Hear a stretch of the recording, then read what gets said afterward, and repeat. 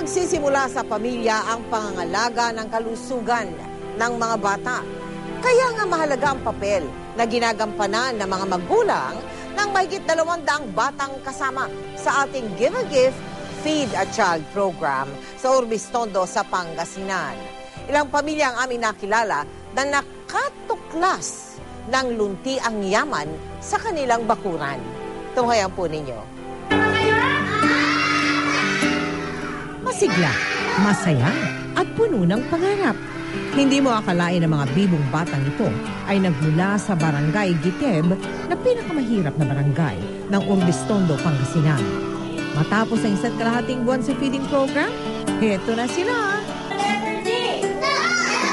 Gusto ko maging guro. Gusto ko pang maging sundalo. Gusto ko pang maging artista.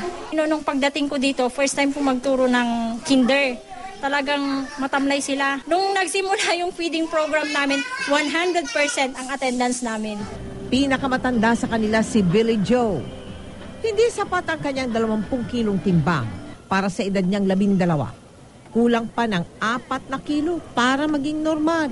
Consider siya na yun yung pinakatayan.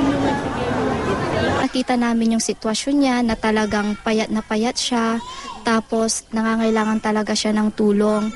Gusto niya yung siya ang mag-top. Gusto niya makuha niya yung first. Deserving talaga siya na bata. Sabi ko po na gusto ko maging piloto po. Para makatulong po ako. Sa kabila nito, siya pala ay 3rd honor sa klase at school district champion sa larong dama. Kahit paggawa lang ng bilao ang kabuhayan ng kanyang pamilya, may paraan naman daw para makakain ng masustansya. Kaya nagtsatsaga talaga kami magtanim kahit papaano para may luto, panggulay namin. Ang pamilya ni Girlie sa mga tanim din umaasa. Batid nilang may sustansya at yaman sa kanilang bakuran. Kaya malaki ang pagbabago ni Girlie matapos ang mahigit 1 buwan sa aming feeding program. At ayon sa mga guro, normal na ang timbang niya. Pag umuwi yan sa bahay, lagi niya pinapakita, 3 lagi, puro excellent yung star niya. Natutunan ko na magtanim ng mga gulay sa likod ng bahay para pag naubos man ng feeding, pagtapos na po, may makuhaan din po kami. Laging turo ng mga guro ang pagkain ng masustansya. Hindi mahirap gawin kung laging may tiyaga dahil busog sa pag-asa ang mga batang masaya, malusog at masigla. Maraming salamat sa GMA. Maraming salamat!